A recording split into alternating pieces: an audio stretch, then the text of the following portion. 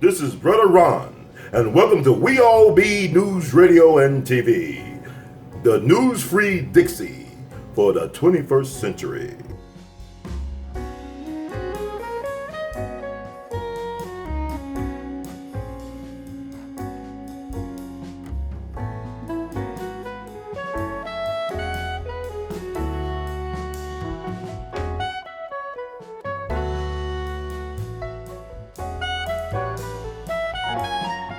We all be honored once again to have on the one and only, the incomparable Dr. Randy Short.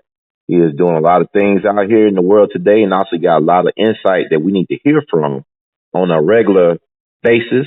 So we're here to amplify his message. How you doing today, sir?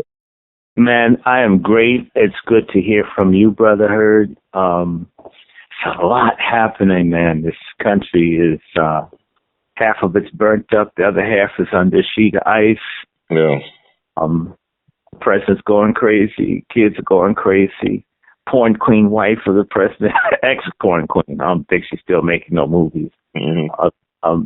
She's gone crazy. Michelle Obama's talking about in vitro. So does that mean Obama couldn't get it up or wasn't getting it up, or was it even his nut that made the kids? I hope so. I mean, a lot of things are crazy these days. I mean, I was up with the Moonies, and Yolanda Adams was there. Grace Jones' brothers, Noel Jones, be running with the Moonies, y'all. That's real talk. Including Hezekiah Walker. I mean, oh my God, he was so fat, and his clothes were wrinkled. I mean, this is real. I mean, it's a video that, I mean, I was thinking you could be a star. You still have you can afford to iron when you're making money, you know. Anyway, but he's big too. I mean, Hezekiah Walker was almost as big as the stadium we were in. Wow. But anyway, they sounded really good. What else is going on? I mean, we got these elections, and 3 counties in Florida didn't get their stuff in on time to keep Gillum. After all the hugging and slobbering on the gay people, they still don't want him to be governor, and they're going to put their little racist, they call him a monkey in there. You got Fat Girl hanging in strong. Go for it, Stacey. We're going to get her a treadmill if she wins. Let me see. So she's fighting up in Georgia. Mm-hmm. And see the woman talking about lynching Espy. And mm-hmm. My God. You got folk rebelling against that drunk. Our Democratic Party designated driver who's an alcoholic, Nancy Pelosi, who's taken us nowhere since 2006. Even the white people want her ass out. I wonder if the Congressional Black Caucus will get behind somebody that gives a DAMN about U.S.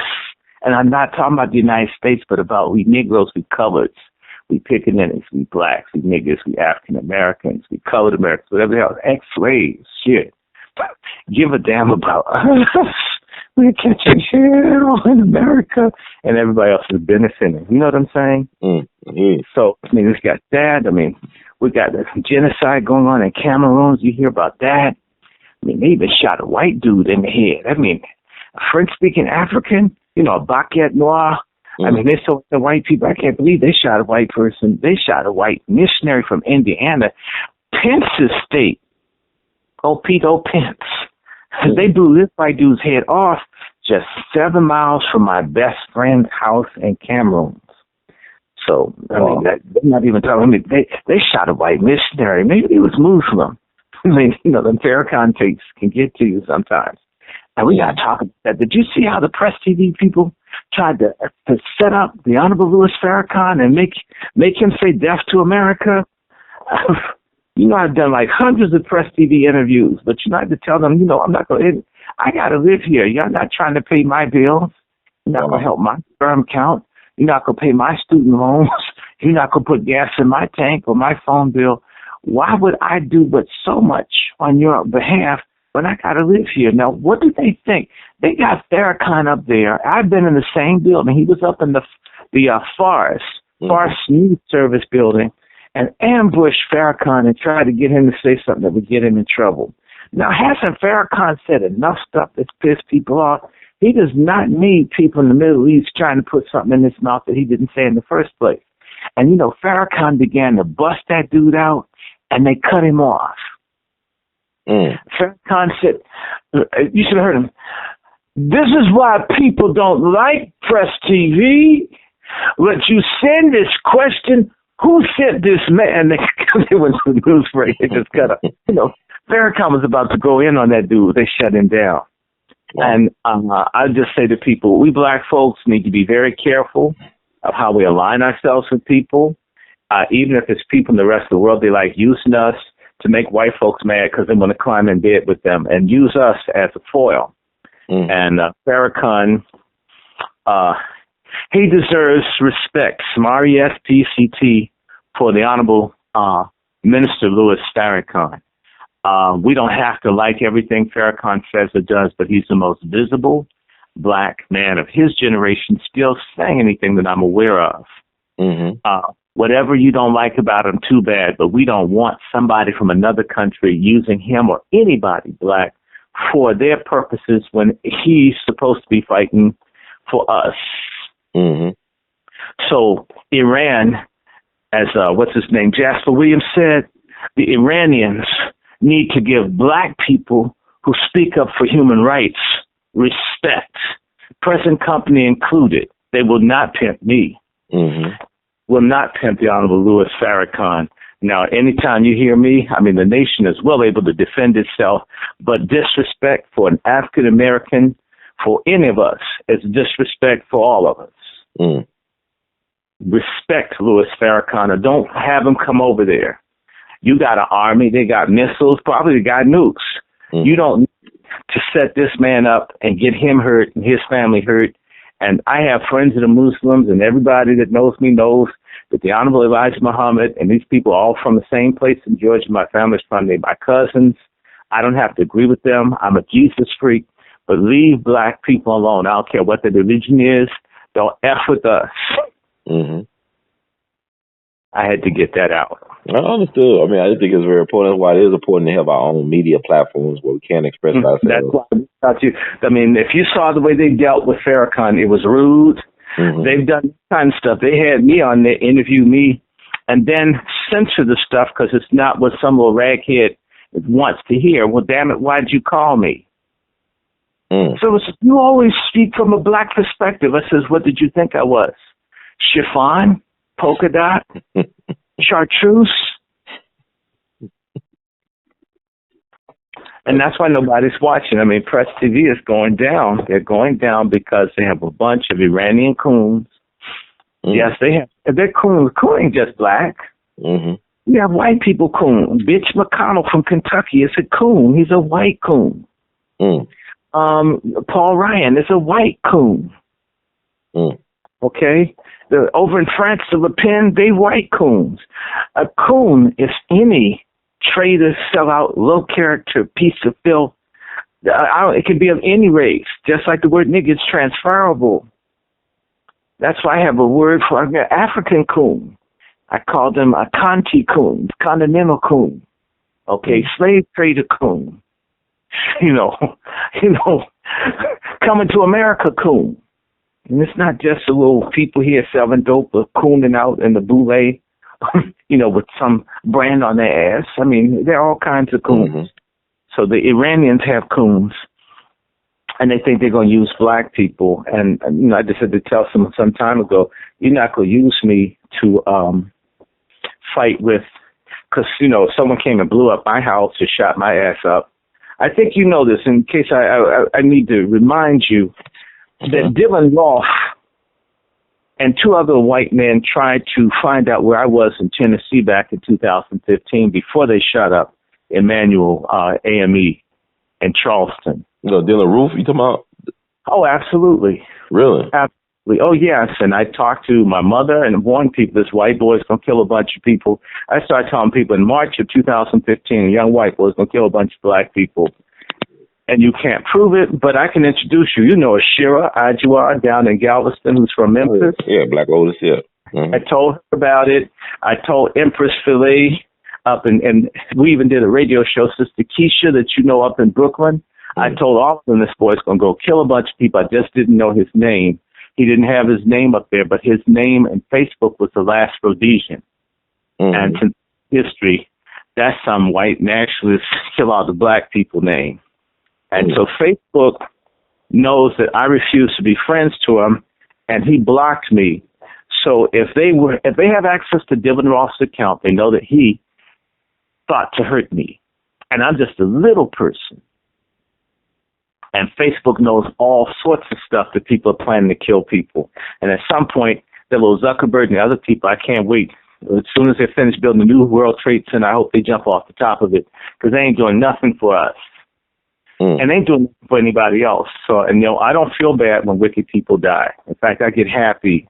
In fact, I get almond joy happy. Sometimes you feel like a nut, sometimes you don't. I definitely feel like a nut when something bad happens to someone that hurts black people. It's a cause for joy. In fact, there's not enough champagne, bubbly, or sparkling cider for us to consume when somebody that does something to us has a rough time. I feel great, like Tony the Tiger, without weed. Natural high, 100%. Okay. Well, just clearing that up. But yes, they do mess with us. And yeah, they better, RESPECT, Farrakhan, and the rest of us.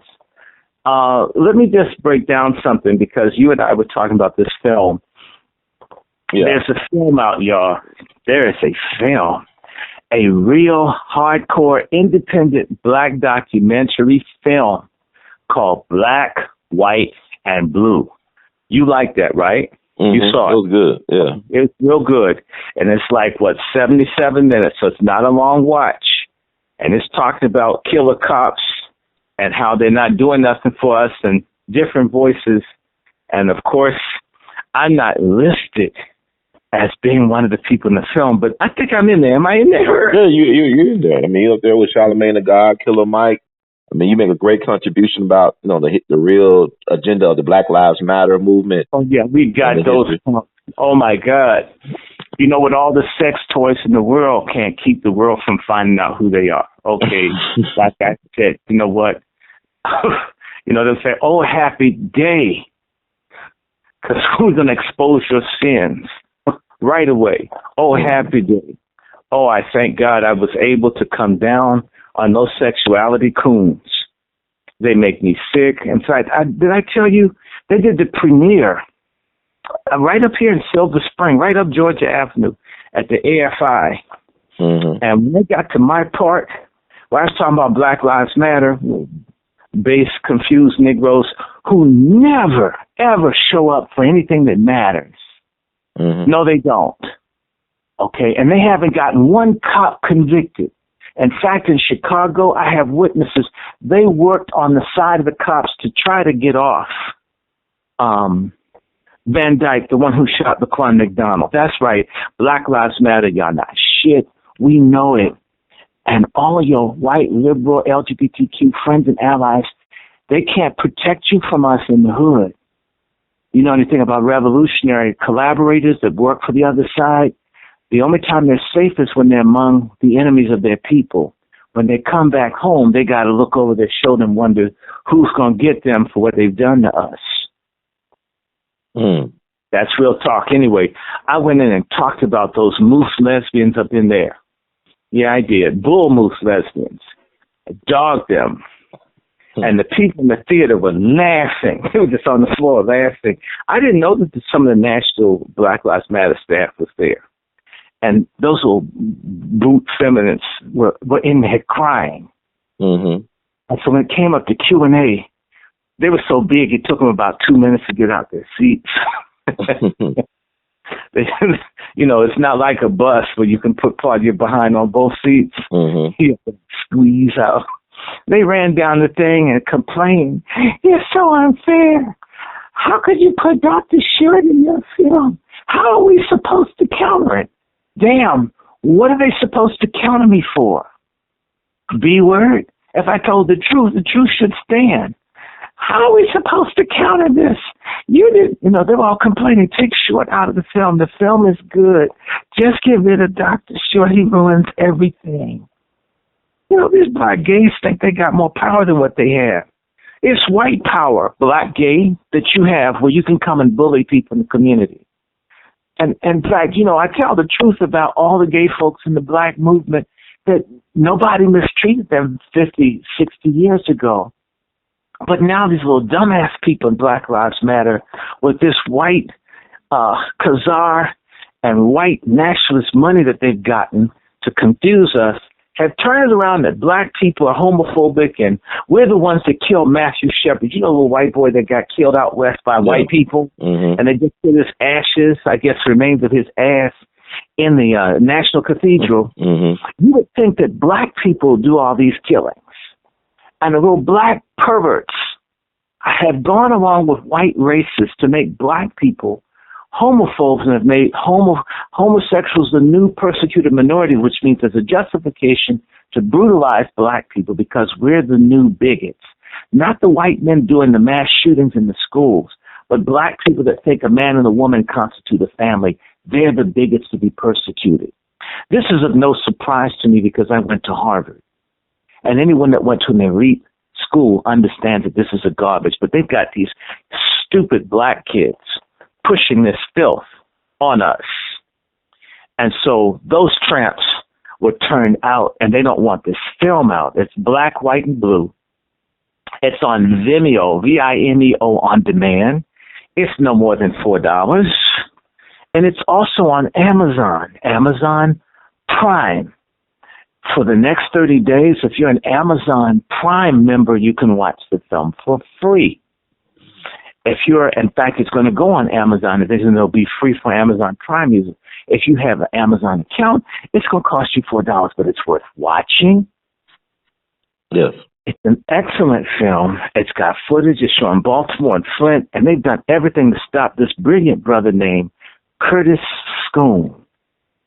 I mean, the dude is like hardcore Brooklynite of Grenadian descent, but, you know, down for the cause. And, you know, they came to get me because Michael Eric Dyson, his little weak self, didn't want to get real. Nobody wanted to talk for real. So they're going to put this film out, and in the future, there's going to be a producer's cut. And if my 6 minutes made you laugh for the film, imagine what the whole 45 minutes sounds like. You already know. Folks are going to go crazy. And yes, I talked about that bald-headed nigga, John Lewis, who needs to retire. Okay. Yeah, I said that about him. Speaking of Armistice Day, which was the 11th, this Sunday passed, which signaled the end of the First World War 100 years ago. The greatest hero of the French military was a man by the name of Marshal Pétain. And Marshal Pétain, I was just thinking, it's interesting how I was thinking about this, how Marshal Pétain is almost the French equivalent of John Lewis. Because Marshal Pétain was brave and fearless, and he did everything to help his people. But about 20 years later, when the Nazis came in, Marshal Pétain collaborated with the Germans against his own French people, just like John Lewis was significant in the 60s and his shit in the 80s. I said it. Yeah, I did. And he stayed shit. And so, yeah, you know what? It's sort of like if I make a steak for you, that same piece of meat is going to rot or get hard or like desiccate or something's going to eat it, but it's not going to stay a steak for 20 years. If you did something for black people 20 years ago, it doesn't mean a goddamn thing if you're a traitor today. And there are a whole lot of old niggas that need to have strokes and heart attacks or, you know, diabetic episode. Go on to hell because you're in the way. What you used to do. If you used to, you're behind, you stink. If you used to wash under your arms, you stink. If you used to change your drawers and the things got holes in it the size of sweet potatoes. If you used to clip your toenails, you look like a caveman when you take your shoes off. We need to stop giving love and credibility to people that used to do something. What are you doing right now? If you used to go to the toilet and then you've crapped on yourself and some other things. You get where I'm coming from? Yes, sir. Yes, sir. All the little coons out there that don't like this, and they say, "Oh, stop airing our dirty lives in front of white people." My comment is, if you stop shitting and pissing in the bed, nobody cares what your sheets look like. Wow. Am I real? Yes, I am. 100. Yes, sir. Okay, now somebody died on Armistice Day. Many people won't know this man, but his name was Professor Suleiman Shehu Yang. Mm-hmm. He's from the Gambia. It's now Senegambia. Now Senegal and Gambia are one country. A lot of people don't know that. That was white people divide their stuff up, and they've now pulled it together for economic reasons. Mm-hmm. That's smart. Wouldn't it be nice for black people to get together for economic reasons and stop begging them for welfare and for jobs that they don't want to give us? Mm-hmm. Anyway, Dr. Yang came to America through Adam Clayton Powell about 1960. He went to the University of Virginia back when it was rough, and he's one of the few Africans that I can tell you truly loved black Americans and was an advocate for us, even though, you know, he's Muslim. Mm-hmm. He was the youngest ambassador in history to be ambassador for Gambia, I think, to Saudi Arabia. And he was at the Howard University Political Science Department and African Studies Department. He was the head from the 80s into the 90s, and he was my mentor. Wow. And I think you saw the picture I put up of him and Dick Gregory about 2 years ago. Two old men were at the table. You didn't see the pictures I put up? And I knew to take pictures of this because it was never going to happen again. Dick died last year and Yang died this year, just a little over a year and 2 months apart. But I had two of my favorite people talking for 6-7 hours. Wow. And it was nice. I mean, first Dick Gregory cussed me out. Mm-hmm. Was just tripping on me, man. And Dick Gregory says, "Who the hell do you think you are, nigga?" and he says, "Who do you think you are?" And I looked at Mr. Gregory, and I said, "I've always wanted to be just like you." And his whole attitude changed. It was like all of the edge stuff. And I'm trying to say, I always liked you. I always wanted to be you. That's who I like to be. I'd like to be my version of you. Want to be greater than you. I'd like to compliment you in my own way. Mm-hmm. After that, he was so nice. Get this man a drink. And then with Dr. Yang talking, and let me tell you, Dr. Yang fought for black students. He'd go all across the country, telling white schools what they had to do to make things easier for African-American students. He told me one of his fears was that African-American people would be destroyed by black foreigners and racism. And so when I would tell him that Trump was a reset for America, it would give black people a chance to regroup. Yes, the people are going to be racist that support him because America's racist. But we'd get a break that we don't even see from him, not from Sessions, who, by the way, wasn't it nice to see his bitch ass gone? Fuck you, Sessions. Forgive me, I don't cuss a lot on your show, but fuck you, Sessions. You're a pedophile. You're gay. Your boyfriend's black, and we know about it, and you can keep pulling my stuff off Facebook. I'll put it up somewhere else. We know about you. And everybody knows that you have friends that are in human trafficking down in Montgomery, and it's going to catch up with you. And as soon as they get a real attorney general, I hope they pick your ass up. That's keeping it real. Sessions, I called you out as a magic Klansman. You'll keep an elf, Nazi, effeminate-looking self. You're a liar. And you know what? If you run for office in Alabama, if I can do something to hurt you, God help me, I will. Something to make you lose. And as I said on InfoWars, he's a Confederate wannabe. I'm the one who's descended from John Breckinridge, Secretary of War of the Confederacy, and the new Confederates are all black. If anyone should want to break off from this stuff, it should be us. not your pale ass. Mm-hmm. That's something to say to Sessions. I know someone here I know a weak coon down in Alabama will take it to him. Sessions has a black boyfriend. We know who he is. Rumors are they met in college. And people know. Okay. And the white people that you mess with and people that have been harassed in Alabama that know about you, a white woman who knows about you, I have her name. I do. And so it's, you know what, whenever you see anybody persecuting black people like he did you see how he just went in and messed with the consent decrees before he left? Mm-hmm. He just wanted brothers in jail so he can go and look at them. It's a little filthy. No good. So, I mean, he's just dirty. But that's okay. Moving right along. You heard that Trump just but he's just put some legislation out to overturn the 3 strikes and you're outlaw. A lot of people don't know that. Now we need to see if the coons and the Democratic Party are going to support something that's going to be good for black people, or are they going to just vote party line and say, well, if Trump proposed it, I'm against it, even if it'll help, you know, Shanae and well, I could see a name a mother give her son. What would she call him? Tricker. Tricker.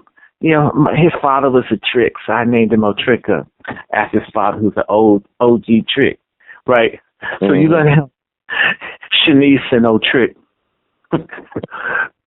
Anything that's going to help the ordinary black people. I want to see if the Democratic Negroes are going to vote for something that will be good for the working class and poor black people. Or are they going to follow that drunk Nancy Pelosi and say, we don't want Trump to do anything that's good for black people because it may get a few blacks to vote for for Republicans, and that will hurt us. So we'd rather things stay bad. Have you noticed the little coon Democrats and other people complaining that Trump got rid of Sessions? See how evil that is? They would rather that dude continue to let the Nazis slaughter people and Klan kill and police shoot because it will make people vote Democratic, instead of saying, we don't want to scare black people into voting for the Democratic Party. We have a program that will attract them. That's really cynical, to hope that the Republicans will let the cops kill people, let terrorists kill black people, and look the other way, which both parties did. Obama did it too. And by the way, Michelle, you remember someone asked me, do you think Michelle is a man? And I said, no, Michelle is a nice black woman. Michelle's a nice woman. She's okay. And she's been with, somebody like, who could she be with? She's been with someone like Marion Barry. My God, this country. Can you imagine? Can you imagine if Michelle Obama had a real solid black man that wasn't going around fist bumping every dude that wanted to have a penis ring and a black boyfriend? My God. So that says, no, Michelle is a woman, 100%. This is how can you be sure? It says, because if Michelle was a man, Obama would love her. Okay? That's my answer. And now she's coming out. I think Michelle's tired of all the hell she's catching. And she's talking to Oprah. And, I didn't think she liked Oprah. Remember Oprah tried to hug her and she like, I don't like fat girls. She had I don't like chunky girls look. Michelle goes to the gym. Oprah, she probably goes and gets that little cold compress to freeze the fat off instead of doing something. But she's got a book out. I want to encourage people, do not go for the okie doke. I agree with her that what Trump and them were saying about their family was bad for the safety of the Obama girls and boys. But you know what? When the Obamas were in, they weren't concerned about our safety as black people. So it's kind of selfish, Michelle, to talk about the safety of your kids when other people's kids were being killed, jailed, beaten, brutalized, and you didn't say a damn thing about it. Your husband didn't talk about it until he's forced to. So you want us to feel for you, and you want us to buy your book. But, damn, something for something. In the words of pedophile Billy Preston, even he gave the kids candy before he molested them. Nothing from nothing leaves nothing. We didn't even get the handful of candy corns before we got raped by the cops and people for 8 years under your husband. And I hope she doesn't forget that. In fact, we can segue right into, oh, my God, the midterm elections. All right. Oh, holy Jesus, let me just tell you, when you called, I was talking to Mama Chappelle, Dave Chappelle's mom, telling her that her godson, Ben Jealous, lost. She didn't know. And I think he lost by 14, 16 points. I mean, that little bald-headed cracker beat his ass. I mean, that's an ass spelled ASZSC. Beat his ass. I mean, he beat him. And nobody nominated Ben. Ben, you're always running here and there. You feel like you're not wanted anywhere. You weren't wanted in the governor's mansion. Ben, they did not want you. He lost at least a third of the black vote. The black opposition to Ben Jealous had to be somewhere between 15 to 30%, depending on where it is. I mean, this is unprecedented. Negroes are voting for a bald-headed white Republican over a, what I would say, a biracial Afro Jew with a civil rights background, should have won in overly democratic Maryland, and he didn't. And you and I have talked about Ben and all this stuff before. I just want to run down something I was saying to Mama Chappelle. Says, Mama Chappelle, rumor is Ben did something 2013. Rumor. But what we do know is within 2 months of renewing his contract with the NAACP, he resigned.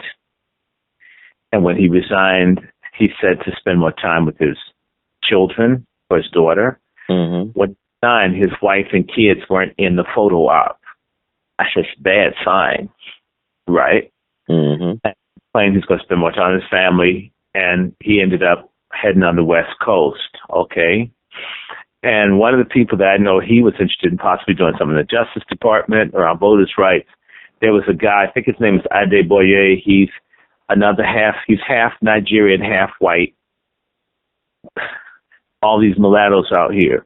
We went through this. There's a book by Joel Williamson called The New People. America's Repeating the Cycle, where when America's super racist, black folks start pushing mulattoes to the floor to deflect white abuse.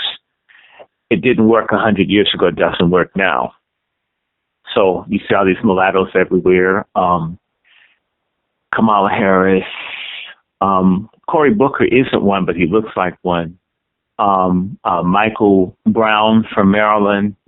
And of course, Obama. Awful, right?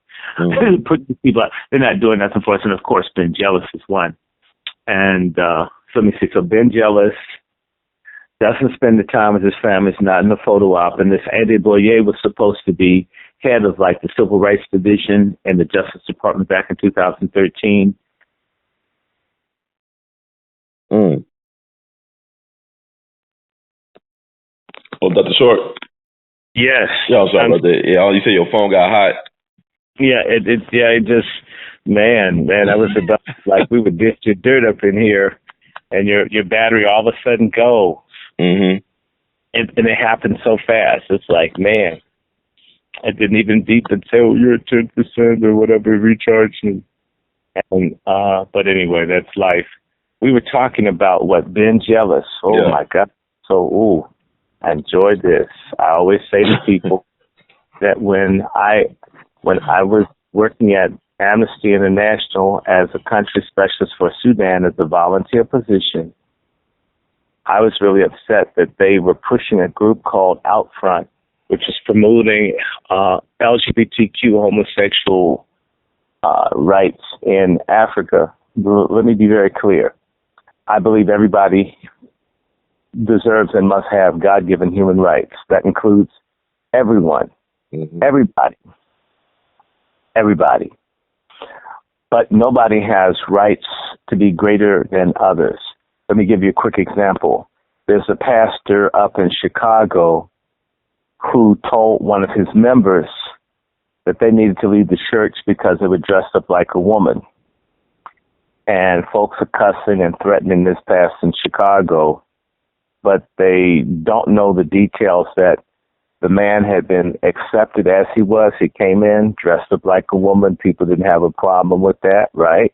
Mm-hmm. But as a member of this church, there are rules for how men and women dress. And if you're going to be a member, so he says he accepts that. And you know what happened?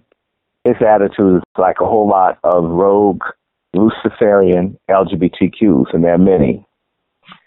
They don't give a damn about anything other than what they want, and they hide behind love, inclusion, acceptance, progress, and move around their stuff. Whatever they want is progress and it's unity and so forth. And whatever you want is repression and control and backwards and old, right?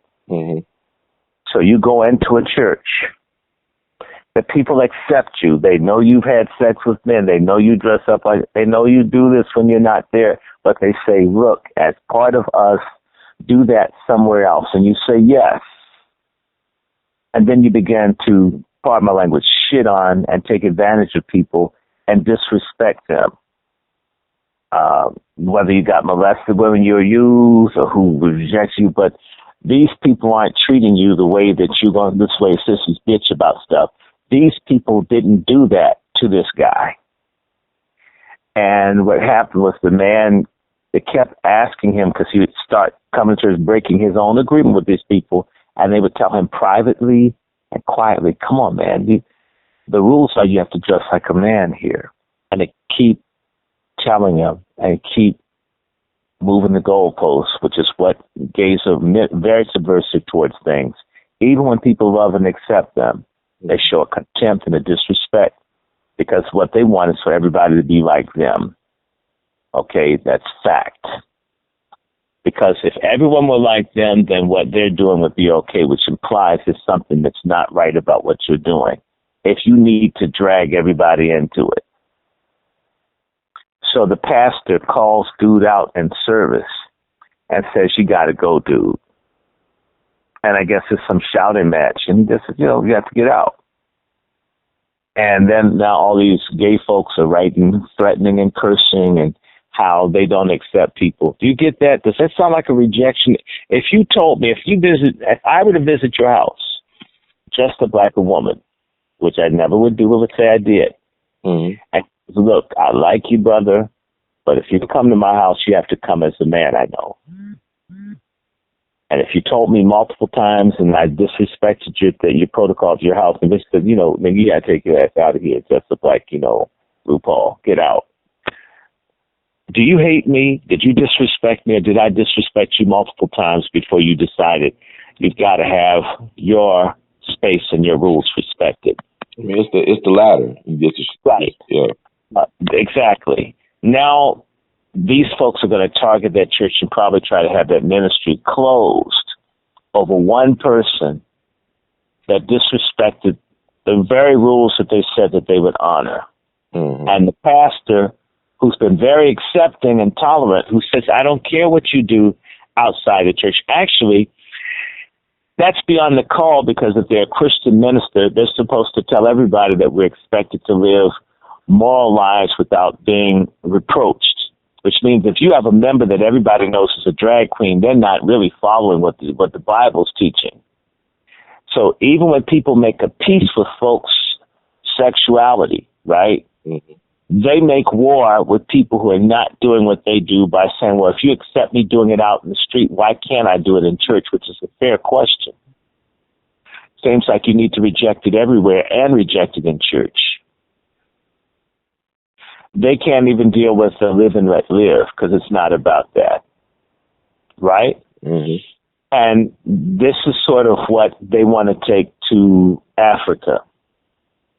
Do I want folk killed and lynched in Africa? No. In fact, the brother from Uganda that Obama had the prayer breakfast with the bag over his head that was telling about persecution, you know who introduced the people so he could put the bag over his head and say something to Obama? I did, because I don't think you should kill people over how they get down. At the same time, the people that are doing that have no right to impose this stuff on anyone. and the black ones have taken it too far. There is no such thing as a black gay community. There's only a black community with gays in it. Whites have a white gay community because whites are privileged to do that. These black folks don't have their own exclusive area. They may wish they could in Atlanta. You can't. Half of folks don't have the income. And the ones that do, if they're accepted by the white ones, which they rarely are, they end up living in black areas, going to black churches, black schools, because at the end of the day, no matter who's stuck up in you or who's nuts on your chin, you're still black, even with a white lover, male or female. Am I lying? I mean, Don Lemon said as much, right? I mean, basically. Well, Don Lemon's Jewish boyfriend. I mean, it makes a difference. He's still black. Mm-hmm. Now, let me be very clear on this. Amnesty was pushing that when they had genocides going on in Congo and in Sudan. I was so upset by this. I reached out to the same woman when you call Reverend Dr. Yvonne Juanita K. Reed Chappelle Sion, David Chappelle's mom, who's one of the coolest, most wonderful, beautiful people you could ever meet. I just really love her. You always hear me talk about her. Just an incredible lady. She told me when I was dealing with this racism, what happened when there's an amnesty, and I went to the guy who's in charge of the country groups and said, hey, look, this thing is getting worse. First of all, the white dude was saying to me, do you know where Darfur is? And you asked me a country specialist for Sudan. Didn't the devil think I'd go and look the country up and know the different regions? But, of course, I could be a PhD program, have a ABD from the University of Virginia, have a master's from Harvard, and I wouldn't take it seriously. You see how crackers are. Mm-hmm. So I says, of course, I know. In fact, my Arabic teacher is from Darfur. Instead of a white man saying good, he didn't even hear me say, yes, I knew where it was. Proceeds to tell me about what I already know. So it says, well, what would you like? Well, we got a situation there. So I got very busy, started working around, and I come back and say, okay, this is what I'd like to do. And he says, well, it's kind of premature. It says, premature? He says, well, they have to kill 50,000 people there before it really matters.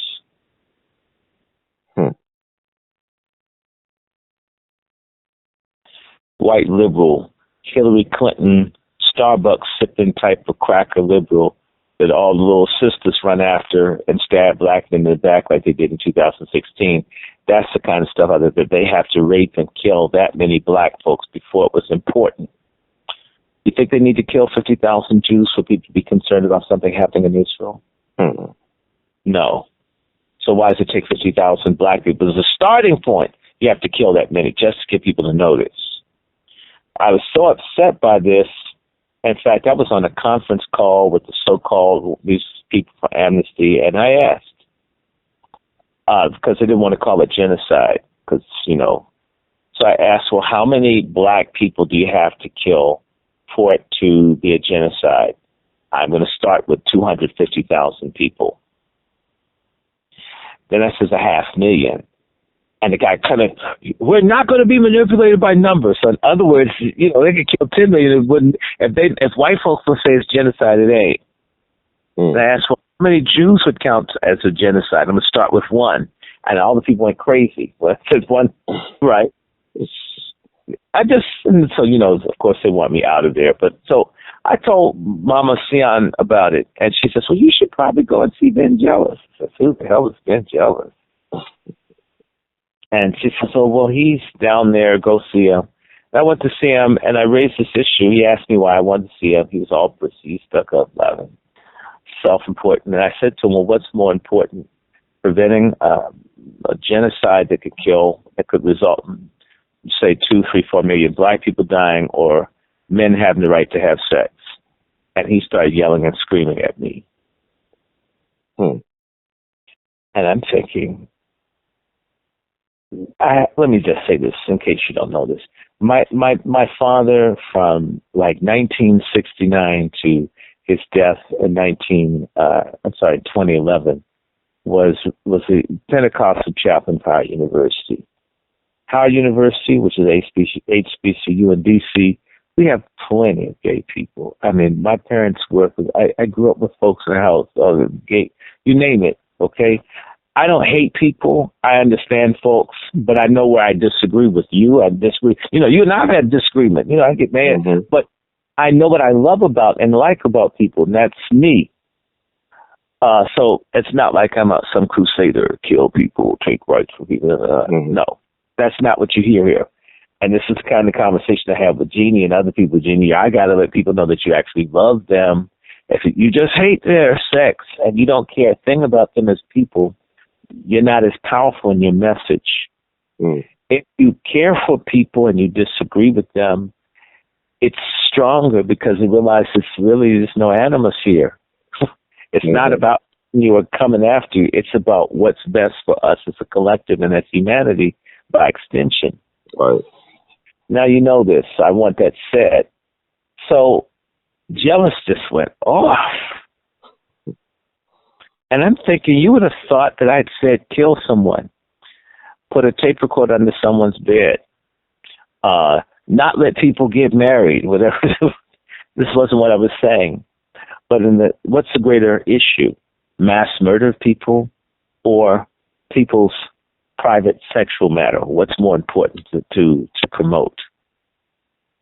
For me, genocide, because if there are no people, you can't even be gay or transgendered or whatever the hell you call yourself if there are no people. Right? How is that like really? But to the person that's got this gay on the brain syndrome, they can only, it's like almost anal vision instead of tunnel vision. They can only see that stuff, and everything else is a non-negotiable, deal-breaking proposition. And that's what you deal with when you deal with that committee. It has to be exactly, it's very dictatorial. It's kind of a sexuality fascism. It takes no prisoners, and it must get what it wants. And it is not tolerant. It is intolerant. Like that man in that church was intolerant of the wishes of the majority of the people. In fact, the whole people and the polity of that church. Him being dressed up like a woman, cruising for men in Sunday service was more important than the greater wishes of the larger congregation. This is fact. This is how it is. And so when I get lots of nasty comments, that's their damn problem. I know what it's like. Okay. I know what it's like to be with my dad when somebody's boyfriend beat the hell out of the other and you have to take them to the emergency room and there's no gay love to help the people, when they got AIDS, whatever. And it's the very people who said, I think you should go slow on getting deep into that. Do you understand there's a downside to everything? Don't they tell you there's a downside to having sex when you're not married? There's a downside to not being a good provider. There's a downside to being a heterosexual, isn't there, if you don't do it right? Isn't there some kind of downside to gayness too? Is there? I mean, it's all pro, really? Why all the drinking? Why all the suicide? Why all the need to be accepted? If everything is so wonderful and good, you wouldn't care what anybody thought about what you did. Huh? Right? So somebody's lying. Anyway, Jealous was yelling at me so loud, and the dude, he was just fussing and boasting about all the things he's accomplished and who he was. And that wasn't, if you understand what I said, I never challenged or questioned him. I asked a philosophical question: what would be the greatest good? And the way he reacted to me, the greatest good was the gay thing. And when the guy came in, he's a big man, but he almost switched, sashayed out. He's so big. I didn't think about it. Yes, that dude almost switched out of the office. Damn. I didn't think about that. I thought he was going to beat my ass. I thought I was going to get beat up over. And I didn't even say anything like, oh, I hate people and I don't like them. That's not, you don't hear me talk like that about people. I mean, I do racist and coons, yes, but sexuality, that's your, Okay. If I tell you my favorite cousin's gay and his uncle, my uncle, his dad, molested her, I understand really awful things happen to people. So I don't come at people with this, I hate you and you're this or that. That's not where my head is. What my head is if you've been hurt or harmed, don't spread it.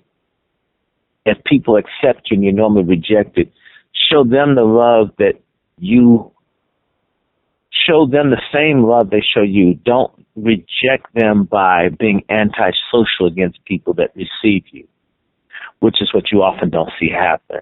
You get where I'm coming from? Yes, I hear you. All of this for being jealous. I didn't think about that until I think I shared with you. I was at this party and Al Sharpton announced right after the March on Washington that a major black leader had basically self-destructed and you wouldn't see him anymore. And people were giggling and chatting and all this kind of stuff. They didn't say who, but apparently the people there from NAN knew who it was. And there were whispers and all and trying to figure out. And when I left the party, I told my friend, I've been thinking in my mind, the only person that they could be talking about is Jealous. I wonder what happened. And I said to him, you know what, watch Jealous resign in about 2 weeks from the NACP. And my friend says, you can't prove that. Well, fine. And you know what? This was about maybe the 26th of September. Then Jealous resigned the 9th of September, the same day my dad died 2 years prior. So I'll never forget it. And, right, that's 2 weeks.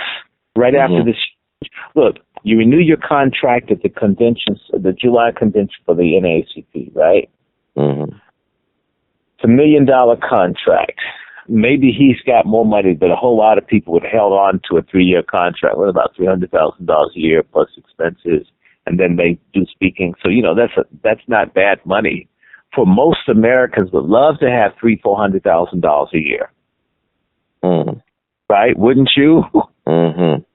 Okay. So if you just leave that, and there's no certain job you're going to, that is strange, right? Why? When he left, there's no fanfare. What a good job he did in the NACP. None. Think about it. There was none. When he was running for governor, the NACP, the local chapters, did not endorse him. Why not? Wouldn't that have been logical? You have the president of the whole NACP, and the Prince George's NACP didn't do it. The Baltimore County NACP didn't do it. The Baltimore NACP didn't do it, right? The Charles County NACP didn't do it. The Montgomery County NACP didn't do it. I don't know of one prominent black person to endorse Jealous. Not one. Maybe they did, but it didn't make the news. So if they did, it didn't get the hype. Do you understand? So maybe they did, but if they did endorse him, you didn't. And see, Maryland's a state that is so democratic, it didn't make any sense. But then again, I remind you there's a gentleman by the name of Thomas V. Mike Miller, whose family was one of the largest slaveholding families in North America. He has been the president of the Maryland Senate for about 32 years, if not longer. The longest state Senate president in the history of America. And he does not like black people. And then Jealous is not one of his boys. Okay. And he runs the Democratic Party in the state of Maryland. And he's the one that shut that sister down, the one who was in Congress from Maryland, Donna Edwards. Remember, she got the complete shutdown. Not one black person in office in the Democratic Party endorsed Donna against a white Catholic boy named Van Hollen. He's now senator. You feeling me? Now you have to understand something. Jealous didn't get any love from the Democrats. He did get it from people on the ground, and again, he got Progressive Maryland, but they should call it Progressive Maryland because they're straight up hard on the sexuality issues.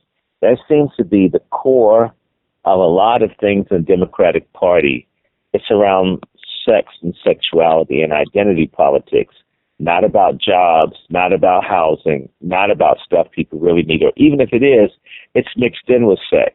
Can you imagine if I said to you, I'm going to help you get a brand new house and a condo, but half the people that live there are trannies? You might not want the house. Like, yeah, I really want out, but I have to have that too. This is why the Democrats, they're mixing in. I told someone, you know, you might like ice cream. I give you a big bowl of ice cream, put a little bit of shit on there. You're not going to eat it. You just want the ice cream. You don't want any shit. I mean, none. Mm-hmm. Not one even say, well, if I take half of the doo-doo off, will you still eat it? And you can say, no, I want all the doo-doo taken off. In fact, I don't want it anymore because you had doo-doo in it. I said, you're really picky, man. You complain too much. Is the ice cream is it half shit or is it half ice cream? You know how people do that. Like Coon says, is a glass half full, is the half empty. When they start talking about like black oppression, it's always a Coon that uses half a loaf or as half. You know, I can't stand that. I want the whole damn loaf. I want a full glass. Okay. Go to hell, Coon. I want everything that everybody else has. Don't talk about half. Mm-hmm. Would you like one testicle or two? I don't even have to ask you. You want both of them. You want half a penis or a whole one. You want one boob or two boobs on your woman. You want both. In fact, dudes leave women when they get breast cancer. They have like a unicorn. They have one titty. They leave them. She had been smart. She would have made them suck on the one that was bad. Made him catch something that he can't leave. Weak people. A half. I can't stand half. We want the whole thing. We don't want to be second-class citizens or half citizens or three-fifths. We want everything. So let me just run down Jealous real fast. Jealous lost a third of the vote in Baltimore. Come on, Baltimore's like 70% black. What you do, boo? What you do, boo? What you do? I mean, I think he got about 65% of the vote in Montgomery County, but he should have gotten more. He got 70% of the vote in Prince George's. Prince George's is 90% or more Democratic. He should have had 90. He only got 70. And he see, a lot of black people, this is what we got to talk about. A lot of black people are angry with the Democratic Party pushing all this stuff, the marijuana, the pedophilia. The people are angry with this, and they think it's unfair that there are more significant issues, and it gets buried in these loudmouth Khazars and other people that are gay that just demand that they get all the attention. It's offensive to people, and they're either staying home or they're voting. They're voting for a racist that's a straight shooter over a Democrat who's bent over for everything, and they're not Japanese. That's not what they bent over. People are tired of that. In fact, the same thing happened to Gillum. You know, I think you saw the picture of Gillum with his legs cocked open, but the white dude like almost wished he could. Yeah, you said like what's going on with that? I don't know, but you know, I used to work as a butler, so and we had gay clients, and I had white guys talk about how they love black guys, fat rolos, and this, that, and the other. They don't like us as people. And if you know, there's a heavy racism in the white homosexual community against black people. And black men are even more so than white women. White gay men see black men as basically big penis disease monsters. There's a term that they use for dinge queens. Dinge. So you're into dingy black, dirty, or sometimes dinge can be into doo-doo. And that's black men. We saw these silly-ass black people running with these rainbow flag people who don't want them in their clubs, don't give them anything. But, well, at least we have sex with the people the same sex, so they're our allies. Bullshit. It's dumb. And I would love to have a debate because they can't win.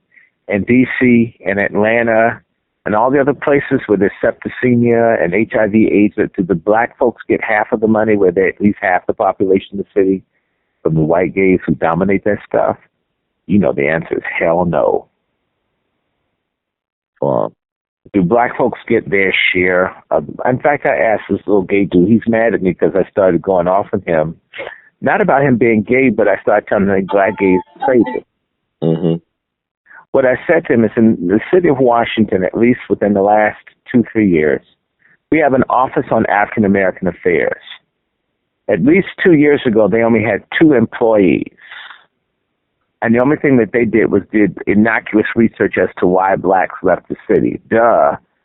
Because of gentrification that the mayor and them are pushing. But 2 employees. But gay affairs may have 100 or more employees.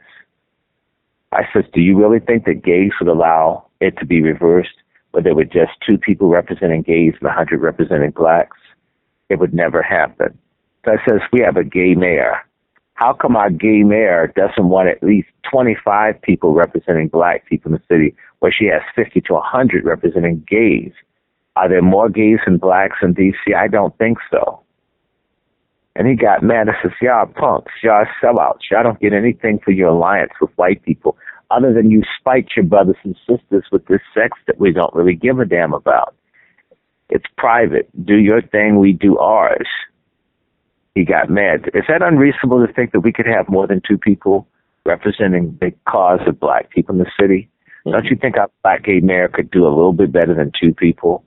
Of course. All right. Is that homophobic to think that a black lesbian would want parity for black people? No. But you know, that's homophobic. Mm. So if they take stuff from black people and give it to everybody else, when you bring it up, there's always something, oh, you don't like immigrants, you don't like that. Bullshit.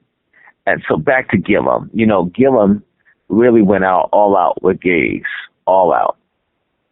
He's got a cute wife, man. He's a sexual chocolate cupcake.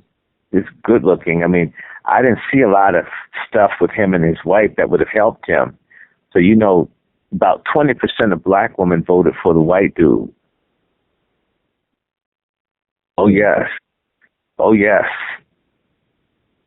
You see, here's the thing I got to say to you about black folks and how they're letting these stupid-ass Democrats and these damn lesbian feminists. Feminism is a crime against the family and against black men. And all black men need to be against feminism. I'm for women's rights. I will always be for women being protected. You know, we should be we too, because black men get raped and taken advantage of and have since they've been here. But I don't like feminism that comes from white women in our community. It's a psychological disease in our community. It needs to be, we need to be inoculated from feminism. It's evil. Having said, when black candidates run, I've noticed there's a trend. They don't run where their wives get a whole lot of attention as to make them more, I guess, neutral. Notice how Michelle didn't do much when Barack was running. It kind of kept her. I mean, everybody knows he's married to Michelle, but Michelle didn't do much. Right. In order to, I guess, the black woman may offend the white woman, or the black woman may offend the white man, or the black woman may offend the gays. They don't mind you being metrosexual, but they don't want you to just be this ordinary, I love the pussy black dude, because that's offensive. Oh, yes, it's true. These white guys want to screw the black guys running for office. But, you know, if you have a really good woman around you, they can't get to it, so they don't like that. So if you start looking at all the people that are running, like this woman that just got the 14th Congressional District, her name is Underwood, up in Chicago. Mm-hmm. She's single. Stacey Abrams is single, right? Mm-hmm. F single. Been jealous his wife left him in 2014, divorced in 2015. It's interesting the timing of that, right? Mm. Single. And Gillum, your wife is hidden under a basket. They let white men can run with their white woman. A white woman can run with her white man. But when it's a black man or black woman, they can't be seen together. That may turn off different demographic groups. What the hell is that? Why does someone have to hide their black woman? Why does a black woman have to hide her black man? Or why are they running so many black lesbians for office? What made a black woman that wouldn't be with the man a better politician than a woman that would be with the man? You can't prove to me that LGBTQ folks do anything better than straight people. Proof of that is the bankrupt and busted condition of HBCUs like Kentucky State with that little lesbian up there who looks like Freddy Krueger with the afro and schools going broke. And the sissies stealing all the money at Howard where they had the protest this year. It is a lie that gay people are necessarily more honest or more compassionate or more efficient than heterosexual people. That's stereotypical. Some gay folks are geniuses. Some gay folks are dumb as hell. Some straight folks are dumb as hell. Some straight folks are smart. I hate sexuality politics and identity politics that does all the stereotyping and typecasting of whole groups of people to privilege one group against another, doing a reversal of what happened before. As I said, I don't believe anyone should have put their hands on Matthew Shepard. I don't like the idea that basically 7 out of 10 transsexual type people that get murdered are black. And by the way, you don't hear white gays and white lesbians say a damn thing about it. Basically, 7 out of 10 folks that are gay that get murdered are black in this country, and it's not all black folks doing the killing. Why? I'm talking about transgender, cross-dressing, drag queens, what we used to say. I like that term. I mean, why is that? Why isn't that stopped? How come all this gay power, none of it saves black gay lives? Notice that you don't hear them advocate anything for even gay black people. They don't. So they use the black gay folks, and the white gays get everything. So black gays are as big suckers as straight black people are, chumps. Just because you wear chaps with your ass cheeks hanging out and someone white slaps you on it doesn't mean you're equal. They did that back in slavery, fool.